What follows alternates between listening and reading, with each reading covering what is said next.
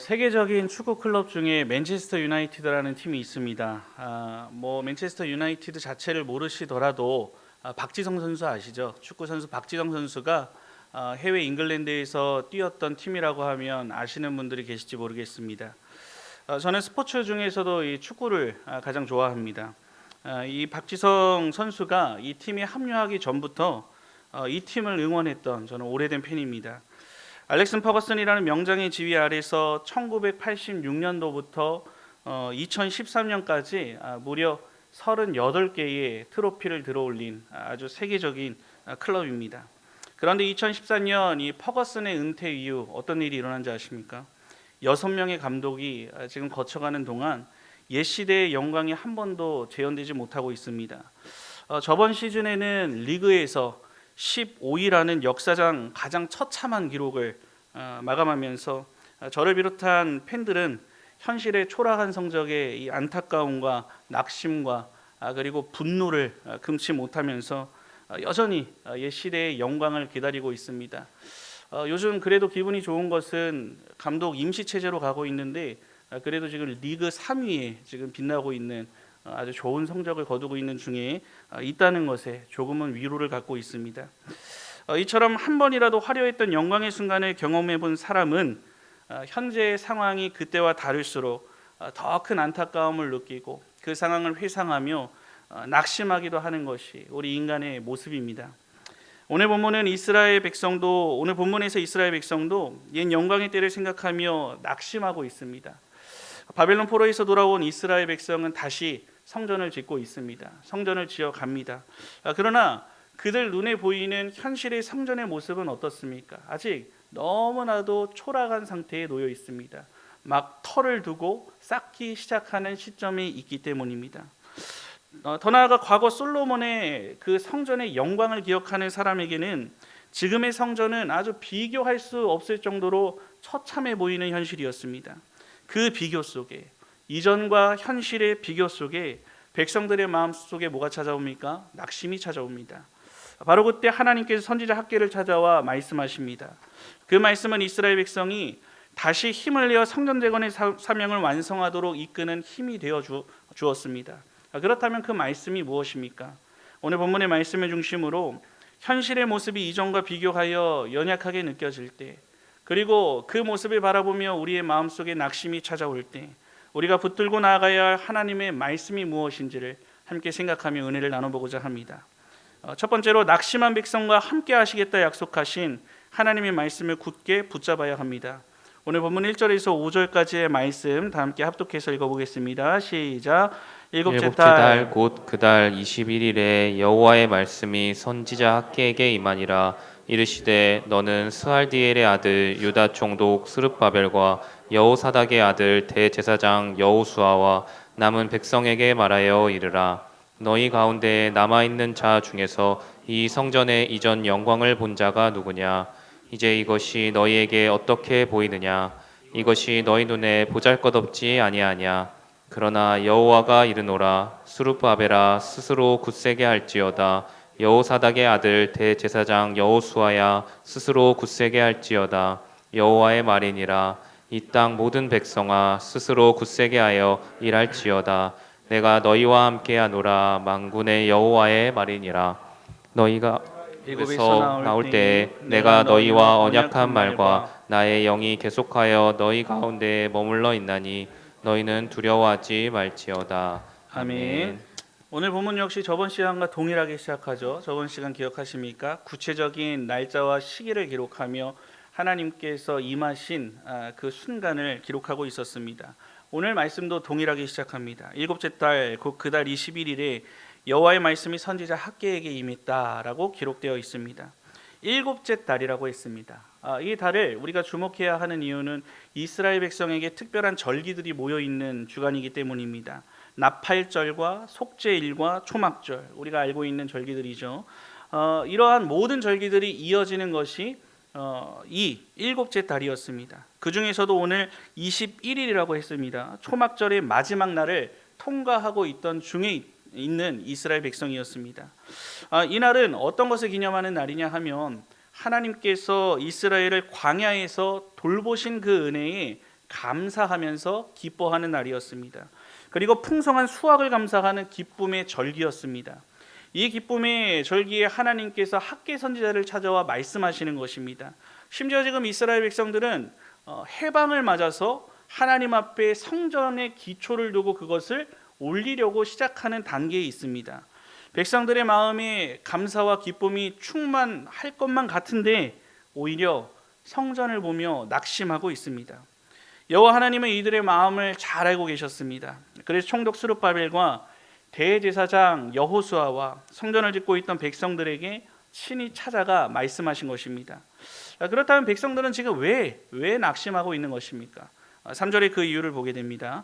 너희 가운데 남아있는 자 중에서 이 성전의 이전 영광을 본 자가 누구냐? 이제 이것이 너희에게 어떻게 보이느냐? 이것이 너희 눈에 보잘것 없지 아니하냐? 여기서 이전 영광을 본 자, 이전 영광을 본 자는 이전에 솔로몬 성전의 영광을 봤던 노년층을 뜻하고 있습니다. 이 바벨론에 무너진 솔로몬 성전은 그 규모와 아름다움이 매우 웅장했습니다. 기록되어 있는 것만 봐도 우리가 알 수 있지 않습니까? 그러나 지금 포로에서 돌아와 다시 짓고 있는 성전은 그때와 비교한다면 매우 초라했습니다. 에스라 3장을 보면 성전의 기초를 놓기 시작할 때 노인들이 어떤 반응을 보입니까? 기뻐하는 것이 아니라 웁니다. 그 모습에 웁니다.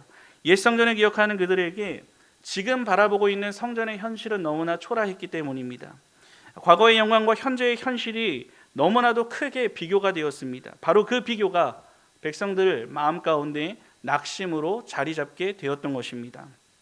예전에는 좋았는데, 예전에는 더 많았는데, 지금은 너무 부족한데, 이런 생각들이 그 마음을 지배해 버리니 손에 잡은 사명조차 힘을 잃어버리고 그 동력을 잃게 되어버린 것입니다.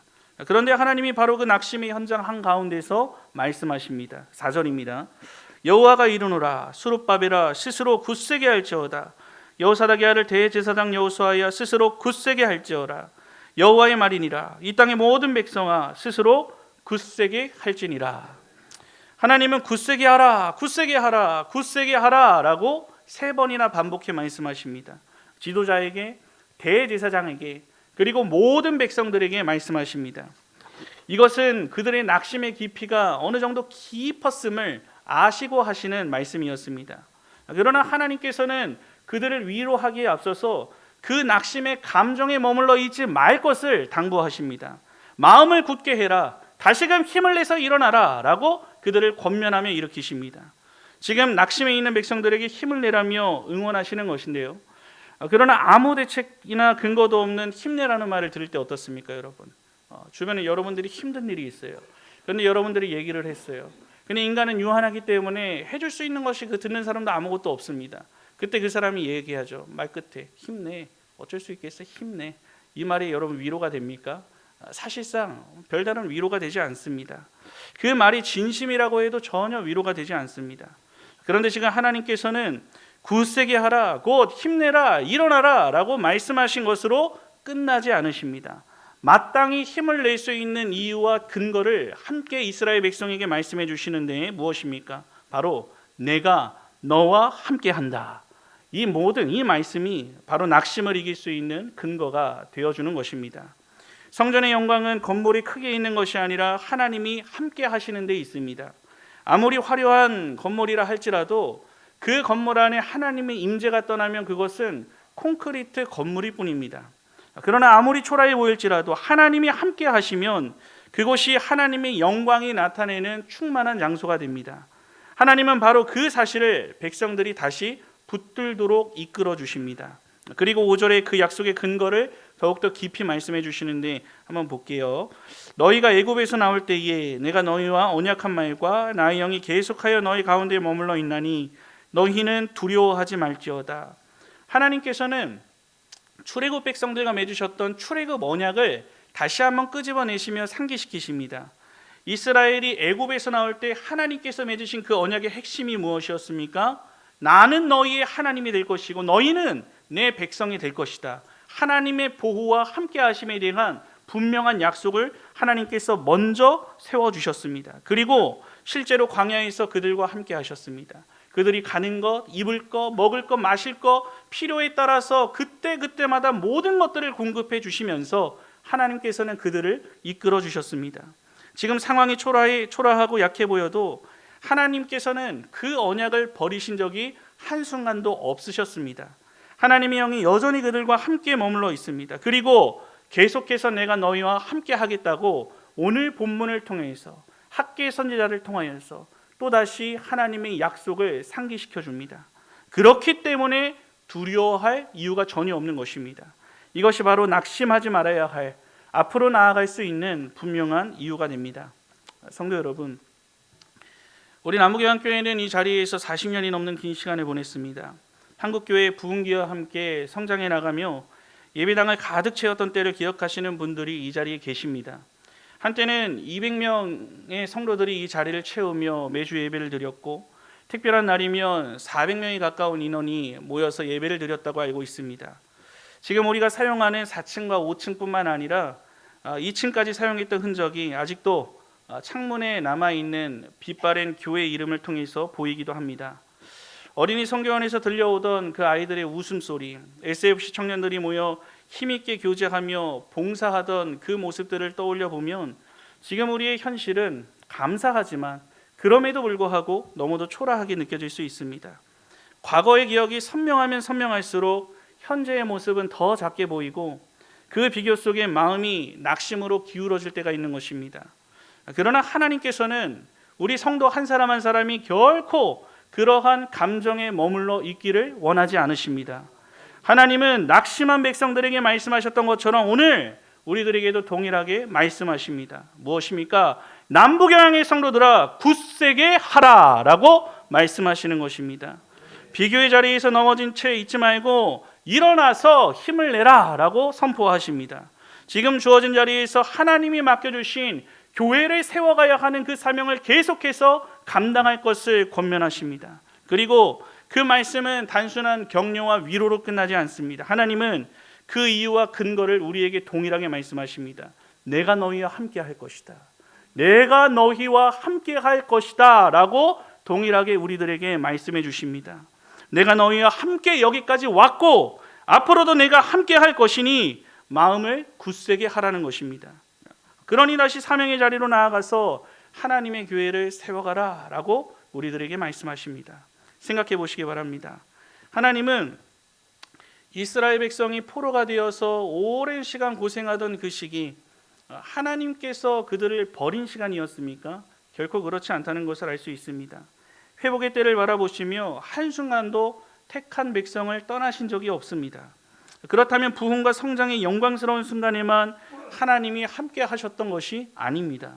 연약하고 초라해 보이는 모든 순간도 하나님은 언제나 그 언약 백성과 함께 하심을 기억해야 합니다. 그러므로 과거와 현재를 비교하며 낙심해 있지 말고 내가 너와 함께 한다 라고 하는 이 임마누엘의 약속을 우리는 굳게 붙잡고 비교 속에서 무너지는 그 마음을 항상 다시금 하나님 앞에 일으킬 수 있어야 합니다. 그리고 바로 그 약속이 오늘 우리가 힘을 내어 하나님의 교회를 다시 세워가게 하는 가장 분명한 이유와 근거가 됩니다. 성도 여러분, 무엇보다 성전의 영광은 건물의 크기나 사람의 숫자에 있지 않습니다. 성전의 영광은 하나님께서 그 자리에 함께 하시느냐, 하나님의 임재가 그 자리에 있느냐, 하나님의 역사가 그 자리를 통해서 이루어지느냐에 달려 있습니다. 아무리 화려하고 웅장한 건물이라고 해도 하나님이 함께 하시지 않으면 그것은 그저 사람의 모임에 불과하게 됩니다. 그러나 아무리 작고 초라해 보이는 자리라 할지라도 하나님께서 함께 하시고 그 역사가 드러나는 공간이라고 한다면 그것이 바로 하나님의 영광이 드러나는 귀중한 성전이 된다는 것을 기억해야 합니다. 그러므로 우리가 붙들어야 할 것은 무엇입니까? 과거의 규모가 아니라 하나님의 임재하심을 바라보며 그것을 굳게 붙드는 일이 너무나도 중요합니다. 우리가 바라보아야 할 것은 이전의 영광이 아니라 지금도 우리 가운데 역사하시는 하나님의 손길을 바라볼 수 있는 것이 너무나도 중요하다는 것을 기억해야 합니다.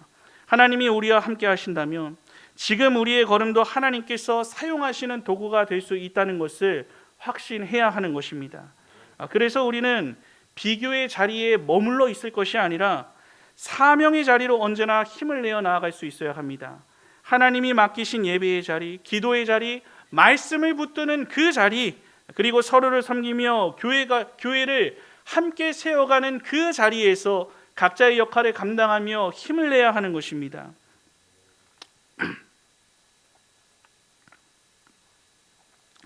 그러므로 성도 여러분, 과거의 기억 때문에 낙심하지 마시기 바랍니다. 하나님이 떠나셨던 적은 한 번도 없습니다. 우리가 지금 이 자리에 있는 것, 오히려 하나님은 여전히 우리와 함께 하시고 지금 이 자리에서 새로운 일을 더욱더 힘있게 진행해 나가길 원하신다는 것을 우리의 마음에 품고 바라보며 나아갈 수 있어야 합니다. 오늘 하나님께서 우리에게 주시는 말씀, 다시 한번 여러분들의 마음에 새기셨으면 좋겠습니다. 굳세게 하라. 내가 너와 함께 하겠다. 이 약속을 붙들고 낙심되신 믿음으로 일어나서 하나님이 맡기신 사명을 따라 다시 하나님의 교회를 이전보다 더욱더 힘있게 세워가기에 부족함이 없는 우리 남부경향의 모든 성도들이 되시기를 우리 주님의 이름으로 간절히 축원합니다. 둘째로, 지금보다 더 큰 영광을 준비하고 계신 하나님의 말씀을 끝까지 신뢰해야 합니다. 오늘 본문 6절에서 9절까지의 말씀 함께 봉독하겠습니다. 시작. 만군의 여호와가 이같이 말하노라. 조금 있으면 내가 하늘과 땅과 바다와 육지를 진동시킬 것이요 또한 모든 나라를 진동시킬 것이며 모든 나라의 보배가 이르리니 내가 이 성전의 영광이 충만하게 하리라. 만군의 여호와의 말이니라. 은도 내 것이요 금도 내 것이니라. 만군의 여호와의 말이니라. 이 성전의 나중 영광이 이전 영광보다 크리라. 만군의 여호와의 말이니라. 내가 이곳에 평강을 주리라. 만군의 여호와의 말이니라. 아멘. 아멘. 앞서 낙심한 백성들에게 말씀하셨죠. 내가 너와 함께 하겠다라고 하는 이 약속으로 힘을 주시고 위로해 주신 하나님께서는 이제 한 걸음 더 나아갑니다. 그래서 하나님께서 장차 이루실 영광스러운 한 장면을 선포하시며 그들에게 보이십니다. 그리고 6절에서 하나님은 자신이 어떤 분이신지를 말합니다. 만군의 여호와가 이같이 말한다. 조금 있으면 내가 하늘과 땅과 바다와 육지를 진동시킬 것이다. 여기서 조금 있으면이라고 하는 이 표현은 몇 년 안에 이러한 일들이 일어난다는 의미가 아니라 이 하나님이 정하신 때에 반드시 이루어질 것이라는 구속 역사의 한 장면을 말하고 있는 것입니다. 그리고 하나님은 하늘과 땅과 바다와 육지를 진동시킬 것이라 말씀하십니다. 지금 미국과 이란의 전쟁의 양태만 봐도 어떻습니까? 미국의 군사력이 얼마나 강합니까? 정말 압도적이라 할 수 있습니다.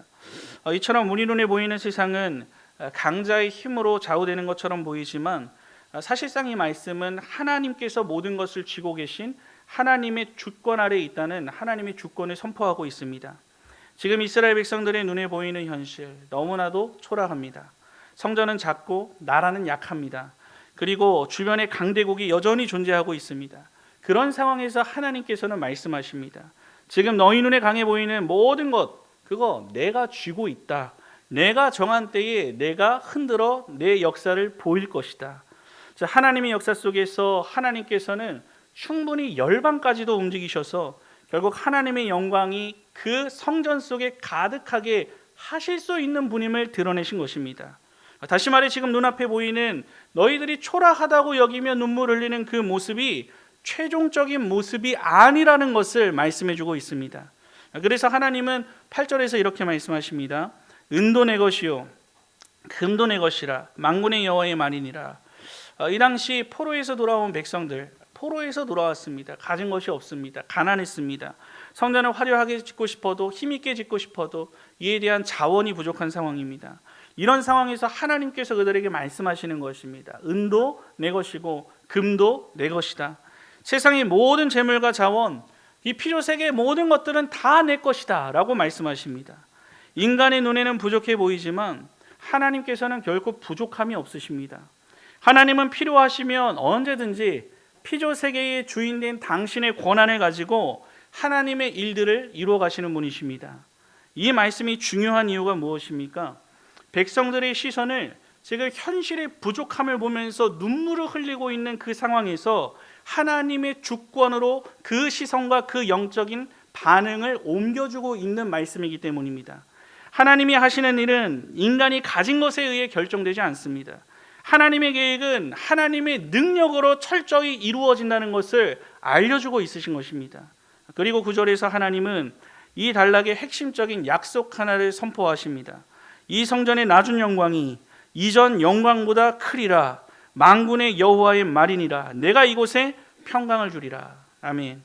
이 백성들의 마음에는 지울 수 없는 비교의식이 있었습니다.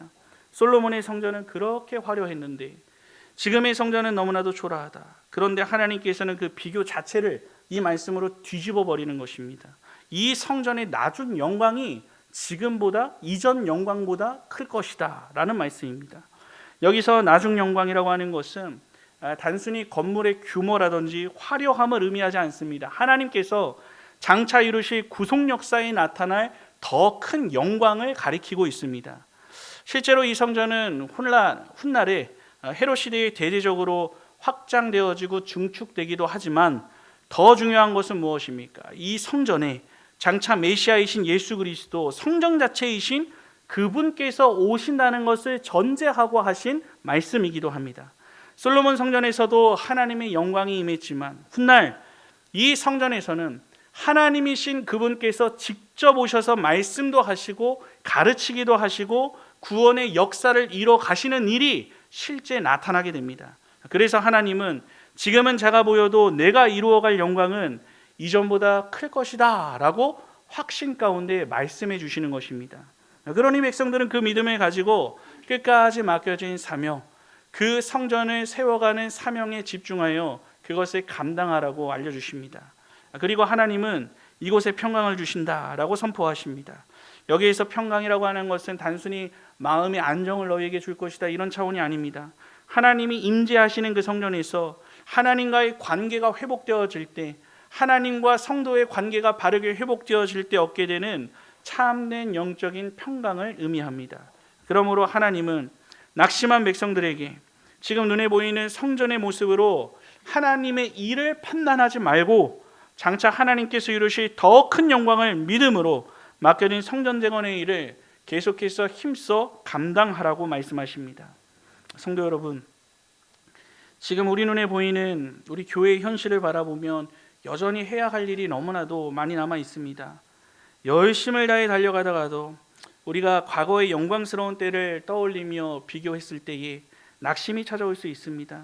그때보다 많은 것이 미약하고 부족해 보일 수 있기 때문입니다. 이때 교회의 미래를 생각하다 보면 자연스럽게 현실적인 여러 조건들이 떠오르게 됩니다. 재정이 더 넉넉해야 하는데, 사람이 더 많아야 하는데, 헌신할 일꾼들이 더 많이 세워져야 하는데, 이미 삶에 자리 잡은 지역에서 전도할 사람이 과연 있는 것인가? 여러 생각이 마음에 밀려옵니다.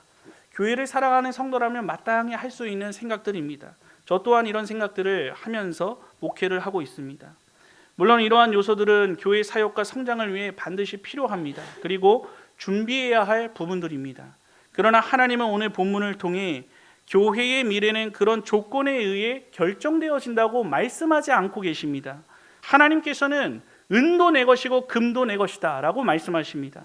모든 것이 하나님께 속해 있고 하늘과 땅을 진동시키시는 세상의 주관자가 되어주신다고 말씀하십니다. 열방을 움직이실 수 있는 능력을 가지고 계시고 모든 일을 당신의 뜻대로 이루시는 능력의 하나님이 되신다고 본문을 통해 말씀하십니다. 그러므로 교회의 미래를 결정하는 것은 환경이나 조건이 먼저 될 수 없습니다. 교회를 진정으로 생각한다면 하나님께서 지금 본문을 통해 나는 이러이러한 자다라고 스스로 계시하여 보여주신 그 능력을 신뢰하는 믿음이 무엇보다 먼저 우리 마음에 세워져 있을 수 있어야 합니다. 이 믿음 위에서 우리는 현실을 살피며 할 수 있는 일을 찾고 말씀을 중심으로 헌신해 나가며 교회를 세워나가는 것, 이것이 우리의 성도됨으로써 교회를 세워나가는데 영적인 질서와 순서가 된다는 것을 잊어서는 안 됩니다. 가령 하나님이 저렇게 능력이 있다면 다 알아서 하시겠네 라고 생각하며 뒤로 물러나 있으려 하거나, 나 말고도 저 크게 더 힘있게 쓰시는 저 사람 통해서 뭐 하겠지, 아니면 나 말고 누군가가 하겠지 라고 그 일을 전가하는 것이 자연스럽게 뿌리내려 있는 분들이 있을지 모르겠습니다. 하지만 교회는 공동체입니다. 이스라엘 백성 전체가 각자의 역할을 감당하면서 함께 세워갈 때 그 성전은 완성되어졌습니다. 그러니 우리 각자는 하나님의 주권과 능력을 신뢰하는 믿음의 그 토대 위에서 그 믿음을 기반하고 기초하여서 자신이 맡은 자리에서 기도하고 헌신하며 사명을 감당해 나가며 교회를 지어나가는 성도에게 주어진 책임을 동시에 다할 수 있어야 합니다. 하나님은 부르신 성도 한 사람 한 사람을 통해 일하시는 분이시기 때문입니다. 하나님의 능력으로 얼마든지 우리의 기억을 싹 지워버리시고 그 다음날에 하나님께서 원하시는 장면을 딱 보여주실 수 있는 능력이 왜 없으시겠습니까? 하지만 하나님께서는 그렇게 일하지 않으신다는 겁니다. 부르신 한 사람 한 사람, 이 자리에 앉히신 여러분들 한 사람 한 사람을 통하여서 하나님의 일들을 이뤄 가시기를 기뻐하시는 분이십니다. 이 믿음을 가지고 교회를 중심으로 말씀 위에 서서 복음에 충실한 신앙인으로 한 사람씩 바로 세워져 갈 때 하나님은 오늘 말씀처럼 우리들에게 동일하게 선언하십니다. 이 성전의 낮은 영광이 이전 영광보다 크리라. 할렐루야. 여호와 하나님은 우리의 눈에 보이는 현재보다 훨씬 더 크고 놀라운 영광을 준비하고 계시다는 것을 믿음의 눈으로 바라보고 끝까지 붙들고 나아가시기 바랍니다. 또한 학계 선지자를 통해 말씀하신 더 큰 낮은 영광은 성전의 주인 되신 예수 그리스도께서 이 땅에 오셔서 그 성전에 임하신 놀라운 약속에 있었다는 것을 기억할 때 우리 역시 동일한 나중 영광, 확실하게 우리가 보게 될 나중 영광을 바라보며 나아갈 수 있습니다. 그 나중 영광이 무엇입니까? 예수 그리스도께서 이 땅에 다시 오신다 약속하신 그 영광의 때를 바라보는 믿음입니다. 교회가 복음 위에 바로 서고 주님이 맡겨주신 사명을 감당하며 나아갈 때에 우리는 그 마지막 영광의 순간을 기쁨으로 맞이할 수 있게 됩니다. 그러므로 성도 여러분, 우리는 낙심 대신 믿음을 선택해야 합니다. 눈앞의 현실이 아니라 모든 것을 이루실 하나님만을 굳게 바라보고 신뢰하며 나아가야 합니다. 그리고 하나님이 맡기신 사명을 따라 기도하며 헌신하며 주님 오시는 그 영광의 날까지 교회를 세워가는 일에 각자에게 주신 십자가의 몫을 지고 자신에게 주어진 그 십자가를 지고 나아가 예수님과 함께 그리고 남북영양의 공동체와 함께 하나님의 교회를 세워가는 일에 충성을 다하며 나아가야 하는 것입니다. 여호와 하나님께서 이르실 구속사 완성의 그 영광스러운 날, 예수 그리스도께서 이 땅에 다시 오시겠다고 약속하신 그 분명한 현장의 영광스러운 날을 바라보시면서 지금 이 자리에서 믿음으로써 여러분이 할 수 있는 최선과 최고의 것을 드림으로 하나님 앞에 교회를 세워가기에 부족함이 없는 남북영양의 모든 성도들이 되시기를 주님의 이름으로 간절히 축원합니다. 우리 사랑하는 남북영양의 성도 여러분, 하나님께서는 낙심한 백성들에게 단순히 힘내라는 것으로 그치지 않으셨습니다. 내가 너와 함께 하겠다, 내가 너와 함께 할 것이다 라고 말씀하시면서 그들이 힘낼 수 있는 분명한 이유와 근거를 알려주십니다. 이것이 얼마나 큰 힘이자 위로입니까? 비록 이스라엘 백성의 눈에는 성전이 작아 보였고 현실은 연약해 보였지만 하나님은 그 눈에 보이는 현실보다 훨씬 크고 놀라운 일들을 준비하고 계셨습니다. 오늘 우리도 마찬가지입니다. 우리의 눈에 보이는 현실은 작아 보일 수 있습니다. 이전의 기억과 비교할 때 낙심이 될 수도 있습니다. 그러나 하나님은 여전히 우리와 함께 하시는 하나님이 되십니다. 또 지금도 하나님은 당신의 교회를 통해 하나님의 나라를 이루어가고 계십니다. 주님의 성전의 영광스러움이 어디에 있다고 했습니까? 건물의 크기에 있는 것이 아닙니다. 사람의 숫자에 있는 것도 아닙니다. 성전의 영광은 하나님이 그 가운데 임재하시는 것, 하나님이 그 성전 가운데 임재하시는 데 있습니다. 그러므로 우리는 과거와 현재를 비교하며 낙심할 것이 아니라 지금도 우리 가운데 역사하시고 우리 안에서 많은 열매들을 보여주시며 일하고 계시는 하나님을 바라보며 나아갈 수 있어야 합니다. 그리고 하나님이 맡기신 사명의 자리에서 믿음으로 다시 일어나야 합니다. 하나님은 오늘 우리에게 말씀하십니다. 굳세게 하라, 내가 너희와 함께 하노라. 이 성전이 이전 영광보다 더욱더 클 것이다. 이 약속을 붙들고 우리는 낙심 대신 믿음을 항상 선택해야 합니다. 눈앞의 현실보다 하나님을 바라보는 믿음이 우리의 심령 가운데 늘 먼저 자리 잡고 있어야 합니다. 그 믿음을 가지고 여러분 각자에게 맡기신 예배의 자리와 기도의 자리와 섬김의 자리에서 끝까지 힘을 다해 충성하심으로 하나님이 세워가시는 교회의 역사에 믿음으로 동참하시기를 바랍니다. 장차 예수 그리스도께서 다시 오시는 그날 하나님께서 준비하신 찬란한 영광이 완전하게 드러나게 되어 성전을 힘써 세워갔던 우리를 찾아오시고 그렇게 수고한 여러분들을 안아주시고 위로하시며 잘했도다 충성된 나의 종아라고 격려해 주실 것입니다.